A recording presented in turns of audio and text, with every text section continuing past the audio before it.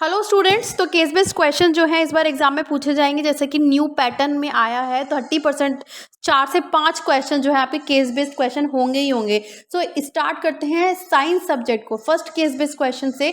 जैसे कि आपको पता है, सबसे पहले तो आपको एक थोड़ा ओवरव्यू लेना है। जैसे ही आपके पास क्वेश्चन आएगा और आपको ये जानने की कोशिश करनी है कि कौन से चैप्टर से लिया गया है ये वाला जो पैराग्राफ है। तो जल्दी से इसको रीड करते हैं। Salt of strong acid and strong base is a neutral with a pH value 7। NaCl is a common salt formed by the combination of hydrochloric acid and sodium hydroxide solution।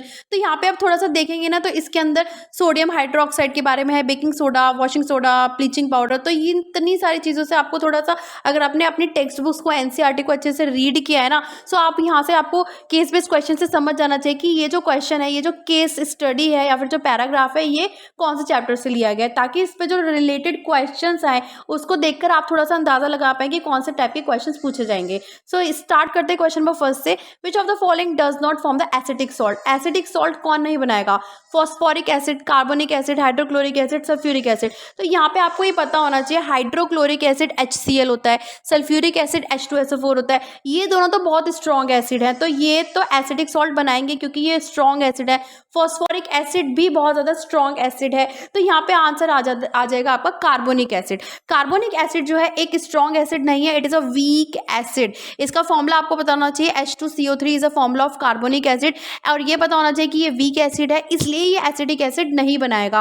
Question जो है friends हमेशा indirectly पूछे जाते हैं, इसलिए आपको concept बहुत अच्छे से क्लियर करना है।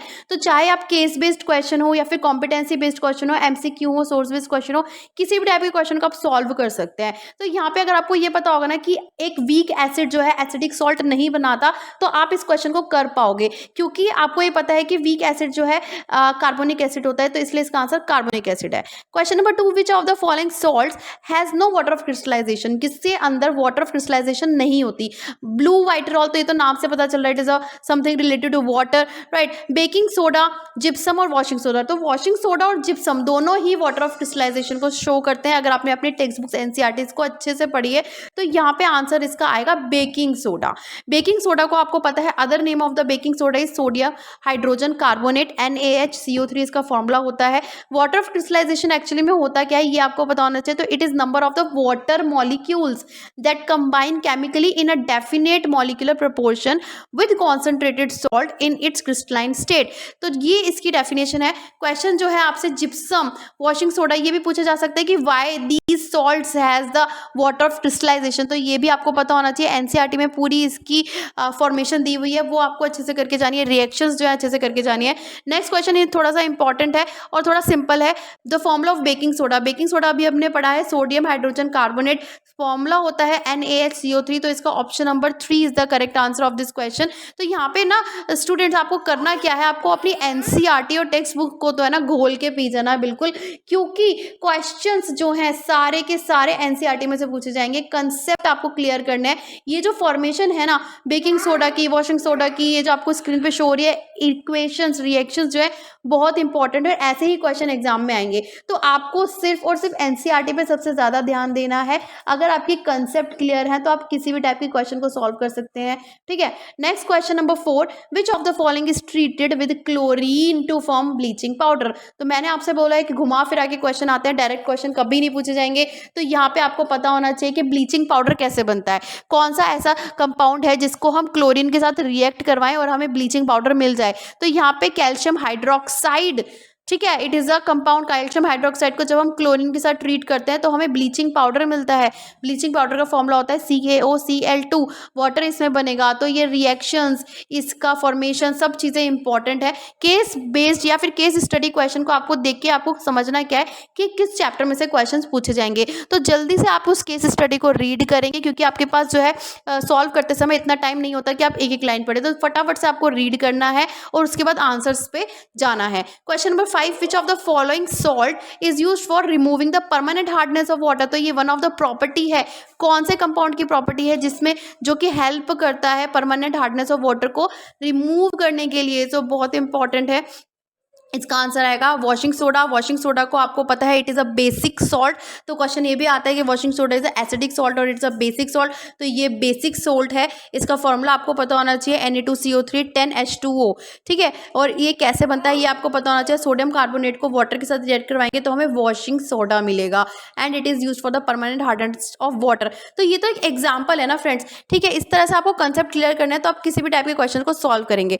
Next question case based question 2, तो ये आपका एक रेजिस्टेंस चैप्टर में से लिया गया, इलेक्ट्रिसिटी चैप्टर में से लिया गया। तो आप देख रहे हैं कि दो टाइप के सर्किट हैं इसमें। फर्स्ट सर्किट में R1 R2 R3 को सीरीज में कनेक्ट किया हुआ है और सेकंड वाले सर्किट में तीनों जो रजिस्टर हैं R1 R2 R3 को पैरेलल में कनेक्ट किया हुआ है, ठीक है, थ्रू X और Y। तो इस तरह से आपको एक केस बेस्ड क्वेश्चन दिया हुआ है जिसमें दो मेथड्स हैं, two methods of joining the resistors, one is in series and another is in parallel. तो आपको इसको समझ के आपको क्वेश्चंस के आंसर देने हैं। बेसिकली यहाँ पे आपसे क्वेश्चन जो पूछे जाएंगे ना वो आपके कंसेप्ट को चेक करने के लिए पूछे जाएंगे। Case based question basically is use to check the concept, how much concept you have clear. जैसे कि क्वेश्चन नंबर फर्स्ट देखते हैं, total potential difference across a combination of resistor in series is equal to. तो देखिए यहाँ पे conceptual based question आ गया कि आपको ये पता होना चाहिए कि पोटेंशियल डिफरेंस जो है कैसे निकालते हैं अगर रजिस्टर्स जो है सीरीज में कनेक्ट है या फिर अगर रजिस्टर जो है पैरेलल में कनेक्ट है। तो दोनों चीज़ें आपको पता होनी चाहिए, करंट और पोटेंशियल डिफरेंस सीरीज में कैसे निकालते हैं और पैरेलल में कैसे निकालते हैं। तो पोटेंशियल डिफरेंस की बात करते हैं, सीरीज में तो हम सब सारे वोल्ट को ऐड कर देंगे, V1 V2 V3 जितने भी वोल्टेज हैं उन सबको ऐड कर देंगे, लेकिन पैरेलल में सारे के सारे रजिस्टर्स में जो वोल्टेज जाएगी ना वो सेम जाएगी। तो ये होते हैं कंसेप्चुअल बेस्ड क्वेश्चन, इनको बोलते हैं कंसेप्चुअल बेस्ड क्वेश्चन क्योंकि इसमें आपका कंसेप्ट पूछा जाता है कि कितना कंसेप्ट स्टूडेंट को क्लियर है, रोट लर्निंग का कोई इसमें रोल नहीं है। नेक्स्ट क्वेश्चन है, in a series combination of register the current is. तो सीरीज कॉम्बिनेशन में अभी की आपसे पूछा गया था पोटेंशियल डिफरेंस का क्वेश्चन, अब आपसे पूछा गया करंट का क्वेश्चन। तो सब आपको जस्ट अपने कंसेप्ट को क्लियर करना है और इन टाइप के क्वेश्चन तो आप इजिली यूं चुटकियों में सॉल्व कर सकते हैं। तो यहाँ पे कॉम्बिनेशन जो होता है अगर सीरीज में है रजिस्टर्स का तो करंट जो है वो बिल्कुल सेम जाएगा, हर एक सर्किट पर हर एक रजिस्टर पर जो करंट होगा वो बिल्कुल सेम जाएगा। लेकिन अगर पैरेलल में होता है तो आपको पता होना चाहिए वो डिवाइड हो जाता है। अगर टोटल 6 एम्पियर करंट है और 2 रजिस्टर है तो 2 और 2 और 2 3 रजिस्टर्स हैं तो 2 2 2 करके तीनों में डिवाइड हो जाएगा। तो इक्वल डिवाइड होता है पैरेलल में, लेकिन सीरीज में है तो सेम होगा करंट, ठीक है। नेक्स्ट क्वेश्चन है, electric energy disputed in a resistor is given by. तो इलेक्ट्रिक एनर्जी अब इसमें निकालनी है, फॉर्मूला आपको पता होना चाहिए, थोड़ा डिराइव करने के लिए भी आना चाहिए फॉर्मूला कि कैसे हम इसमें आंसर तक पहुंचे, क्योंकि इसमें VIT VIR RIT RT इस तरह से कंफ्यूज करने वाले ऑप्शंस दिए हुए हैं।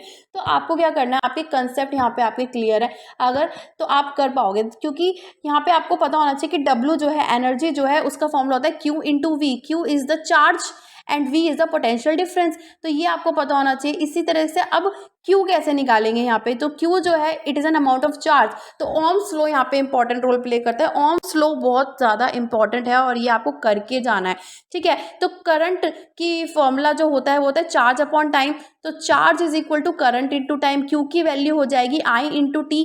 I जो है करंट है और T जो है टाइम है, तो IT की वैल्यू हम इसमें पुट करेंगे W में तो हमें फॉर्मूला मिल जाएगा VIT। V is the potential difference, I is the current and T is the time. तो इस तरह से जो है आपको रेक्टिफिकेशन यहाँ पे काम नहीं आएगी। आपको क्या करना है, अपने कंसेप्ट क्लियर करना है और इस तरीके से आप इसको डिराइव करके आंसर निकाल सकते हैं। तो ऐसे बहुत सारे फॉर्मूला हैं इस चैप्टर में, इलेक्ट्रिसिटी चैप्टर में बहुत सारे फॉर्मूला है जिसको अगर आप डिराइव करेंगे तभी आपके आंसर जो है निकल पाएंगे। तो ये डिराइवेशन जो है छोटी बहुत डिराइवेशन है ये आपको आनी चाहिए। इलेक्ट्रिसिटी पे बेस्ड न्यूमेरिकल की वीडियो मैं ऑलरेडी बना चुकी हूँ, बहुत सारे इंपॉर्टेंट न्यूमेरिकल मैंने उसमें डिस्कस करे हैं, तो प्लीज आप जाकर देखिए किस टाइप के क्वेश्चन जो है इलेक्ट्रिसिटी में से न्यूमेरिकल जो है पूछे जा सकते हैं। Question number 4, if resistors each of 0.2 ohm is connected in series what will be the resultant resistance. तो रेजिस्टेंस कैसे निकालते हैं, अगर जो जितने रजिस्टर्स हैं वो सीरीज में अटैच है तो हम जस्ट ऐड कर देंगे।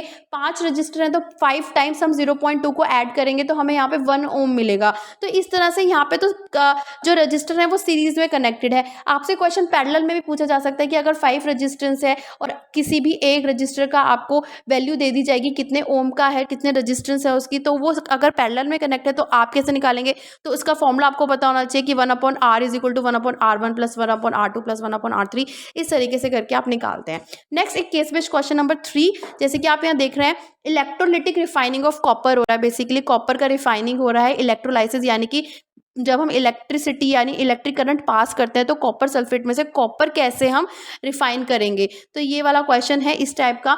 एथोड रे होती है, कैथोड रे होती है, तो इस टाइप के क्वेश्चन इसमें से पूछे जाएंगे कि आपके पास कंसेप्ट अगर आपके क्लियर है ना कि एनोड पे कौन सा वो आएगा, इम्प्योर होता है या प्योर होता है, कैथोड पे कौन सा चार्ज होता है, पॉजिटिव होता है, नेगेटिव होता है, किस तरीके से रिफाइनिंग होती है, कौन सा चार्ज किधर जाएगा, तो ये सब चीज़ें कंसेप्ट जो है अब आपसे पूछे जाएंगे। जैसे कि आप देख रहे हैं question number 1, the anode is, तो एनोड बेसिकली क्या है, प्योर स्ट्रिप है, इम्प्योर कॉपर है, रिफाइंड कॉपर है या नन ऑफ दीज है। तो यहाँ पे आप ये देख रहे हैं कि क्वेश्चन जो है कंसेप्चुअल बेस्ड क्वेश्चंस हैं। कंसेप्ट्स आपको, मैं बार बार आपको एक ही चीज़ बोल रही हूँ कि कंसेप्ट आपको क्लियर करना है। तो एनोड आपको पता होना चाहिए, it is an impure form, impure होती है। इलेक्ट्रोलिसिस में क्या होता है कि जो एनोड होती है वो पॉजिटिव होता है और कैथोड होता है नेगेटिव। तो यहाँ पे एनोड में से जो इम्प्योर फॉर्म है कार्बन की, वो जाके डिपॉजिट होती रहती है प्योर कॉपर की कैथोड के ऊपर। तो कैथोड वाली जो होती है वो प्योर कॉपर की होती है और एनोड पे इम्प्योर कॉपर होता है। तो ये चीज़ें आपको ध्यान रखनी है। ये जो कॉपर सल्फेट का सॉल्यूशन होता है, जब इसमें से इलेक्ट्रिसिटी पास कराते हैं तो पॉजिटिव इलेक्ट्रोड जो होती है यानी कि एनोड जो होती है उसमें इम्प्योर कॉपर होता है और इसमें से प्योर कॉपर जो है वो कैथोड रे पर जाकर डिपॉजिट होता रहता है और ये जो कैथोड है वो होती है नेगेटिव चार्ज इलेक्ट्रोड। इसी तरह से question number 2, anode mud is consist of, जैसे कि आपको पता है एनोड जो है इम्प्योर फॉर्म है कॉपर की, तो इसमें से मड निकलेगा। मड मतलब होता है इम्प्योर फॉर्म समथिंग, तो इनसॉल्यूबल इम्प्योरिटीज होगी या सॉल्यूबल इम्प्योरिटीज होगी, प्योर मेटल होगा या इम्प्योर मेटल होगा। तो क्वेश्चन अगर कंसेप्ट क्लियर है तो आप यहाँ से बता सकते हैं कि anode mud is insoluble impurities. तो ये इनसॉल्यूबल इम्प्योरिटीज कौन कौन सी होती है, क्वेश्चन ये भी आ सकता है। Antimony, selenium, tellurium, silver, gold and platinum, ये सब चीज़ें जो है कैथोड एनोड रे पर डिपॉजिट हो जाती हैं क्योंकि ये इम्प्योर फॉर्म है, ये इम्प्योरिटीज़ हैं और ये ब्लिस्टर्स कॉपर की फॉर्म में जो है उस पर डिपॉजिट हो जाती हैं। तो इन्हीं सभी इम्प्योरिटीज़ को बोला जाता है एनोड मड। तो क्वेश्चंस और कंसेप्ट अगर आपको क्लियर हो रहे हैं तो यार आप सब्सक्राइब कर दो, बहुत कम सब्सक्राइबर हैं, जल्दी से सब्सक्राइब कर दो, मेरे नंबर भी थोड़े से बढ़ाओ। अच्छी लग रही है वीडियो, यूजफुल लग रही है, बेनिफिशियल लग रही है तो प्लीज़ अपने फ्रेंड्स तक इसको ज़रूर शेयर कीजिए, लाइक भी ज़रूर कीजिए इस वीडियो को। तो इस टाइप के क्वेश्चन है। क्वेश्चन नंबर 2 एनोड मड पे पूछा गया है। और क्वेश्चन नंबर 3 देखते हैं, which of the following is refined electrolytically, तो कौन से मेटल्स हैं जैसे कि आपको दिख रहा है जो इलेक्ट्रोलिटिकली हम रिफाइंड कर सकते हैं। Au को कर सकते हैं, Cu यानी कॉपर, जिंक और पोटेशियम किसको कर सकते हैं, तो सिल्वर जो है इलेक्ट्रोलिटिकली डिफाइन हो सकता है, कॉपर भी हो सकता है और जिंक भी हो सकता है। ये तीनों ABC जो है दोनों ही रिफाइन हो सकते हैं, लेकिन पोटेशियम रिफाइन नहीं होता। तो क्वेश्चन ये आ सकता है, सॉरी जिंक जो है रिफाइन नहीं हो सकता। तो जिंक रिफाइन क्यों नहीं हो सकता, zinc friends it is a low boiling point metal. तो ये डिस्टिलेशन से जो है रिफाइन होता है। जो लो बॉइलिंग पॉइंट मेटल्स होते हैं जैसे कि जिंक और मरकरी, तो ये जो होता है लो बॉइलिंग पॉइंट मेटल्स है, इनका बॉइलिंग पॉइंट जो है बहुत ही कम होता है, इसलिए इनको हम डिस्टिलेशन मेथड के थ्रू रिफाइन करते हैं। इम्प्योर फॉर्म जो होती है, जब डिस्टिलेशन में हम क्या करते हैं, हम उसको हीट करते हैं तो उसमें से वेपर्स निकलते हैं। तो जो इम्प्योर फॉर्म होती है ना वो इवापोरेट हो जाती है और जो प्योर मेटल है वो वहाँ पे डिस्टिलेट हो जाता है, बच जाता है, जिसको हम सेपरेट कर सकते हैं। तो जिंक जो है, zinc is refined by distillation process. Next question है, on passing electric current Cu is deposited on, जब हम करंट को पास करते हैं एनोड रे पर इम्प्योर फॉर्म है, तो जब उसमें से हम इलेक्ट्रिक करंट को पास करेंगे तो कॉपर किसके ऊपर डिपॉजिट होगा, तो कॉपर जो डिपॉजिट होगा वो कैथोड पर डिपॉजिट होगा। तो यहाँ पे कंफ्यूजिंग आ जाता है कि cathode, bottom of the cathode या फिर कैथोड क्या आएगा, तो आप इसमें कैथोड वाला आंसर लगा के आएंगे कि पूरी कैथोड रे पर जो है एक कॉपर डिपॉजिट हो जाता है जब भी इलेक्ट्रिसिटी पास करवाते हैं। तो इसमें जो है आपको ना एक रिएक्शन दी हुई है NCERT में, आयंस कैसे चेंज होते हैं, वो जो रिएक्शन है वो मोस्ट इंपॉर्टेंट है, उसको आप आप करके जाएं क्योंकि वो बहुत इंपॉर्टेंट है। तो यहाँ पे कॉपर आयंस और सल्फेट आयंस जो है डिसोसिएट हो जाते हैं, कॉपर आयन जाकर जो है कैथोड रे पर डिपॉजिट होते रहते हैं। Question number 5, which of the following 4 metal would be displaced from the solution of its salt by other 3 metal. तो कौन सा मेटल डिस्प्लेस हो जाएगा?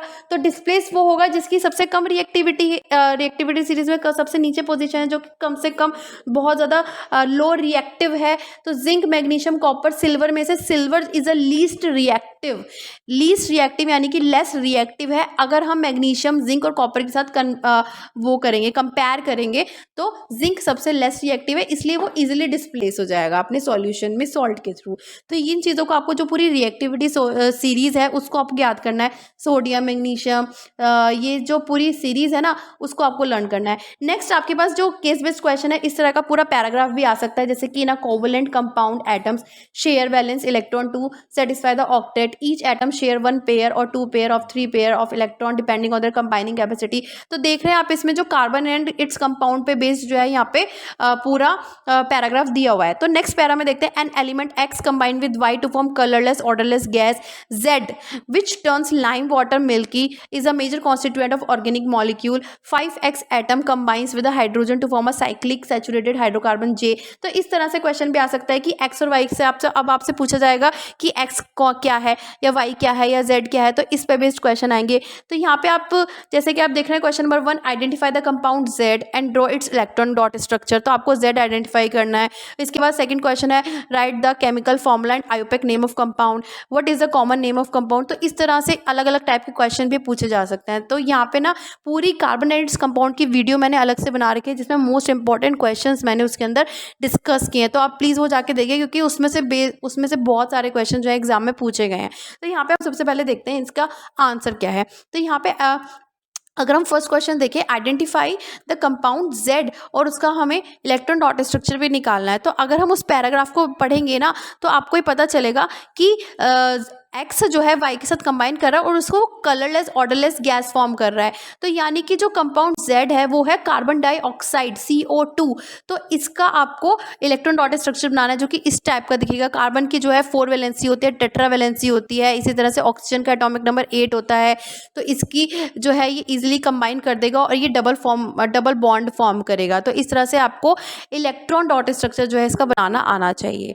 तो इसका आंसर होगा कार्बन डाइऑक्साइड फर्स्ट वाले क्वेश्चन का। इसी तरह से अगर हम नेक्स्ट क्वेश्चन करें, सेकंड नंबर का क्वेश्चन जो है, फटाफट आ जाओ। सेकंड क्वेश्चन है, write the chemical formula and IUPAC name of compound Q. तो क्यू का हमें केमिकल फॉर्मूला बताना है और आयोपेक नेम बताना है। तो आपको इस वाले पैसेज को ध्यान से पढ़ना है और देखना है कि Q is use in gas welding. Q को गैस वेल्डिंग में यूज़ करते हैं। तो यहाँ से आप इजीली समझ पाएंगे अगर आपने अपनी टेक्स्ट बुक्स को अच्छे से पढ़ा है। तो जो गैस वेल्डिंग में यूज़ होता है वो होता है इथाइन होता है C2H2। तो इसका जनरल फॉर्मूला क्या होता है ये आप मुझे कमेंट बॉक्स में कमेंट करके ज़रूर बताएं, क्योंकि इसमें जनरल फॉर्मूला आपको एल्कीन, एल्केन, एल्काइन।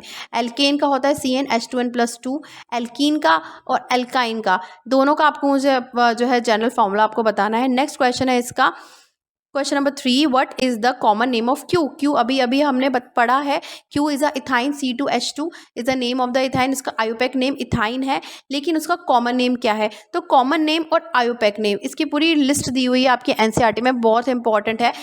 कंफ्यूज नहीं होना कि कॉमन नेम कौन सा होता है और आयोपेक नेम कौन सा होता है। आयोपेक नेम होता है जिसमें आइन, इन, एन लगता है, वो आयोपेक नेम होता है, ठीक है। और कॉमन नेम जिसको हम इजीली जिसके थ्रू हम बात करते हैं उसको, जैसे क्यू का कॉमन नेम जो इथाइन है उसका है एसिटिलाइन इज द कॉमन नेम। तो यहाँ पे आप अगर आप इथाइन लिख के आएंगे तो आपका आंसर रॉन्ग हो जाएगा, आपको एसिटिलाइन लिख के आना है। तो यहाँ से जो है क्वेश्चन जो है आपके बन सकते हैं। तो केस बेस्ड क्वेश्चन इस टाइप के भी आ सकते हैं, जैसे कि मैंने आपको दिखाया है, ठीक है। तो यहाँ पे वीडियो जो है अच्छी लग रही है, बेनिफिशियल लग रही है।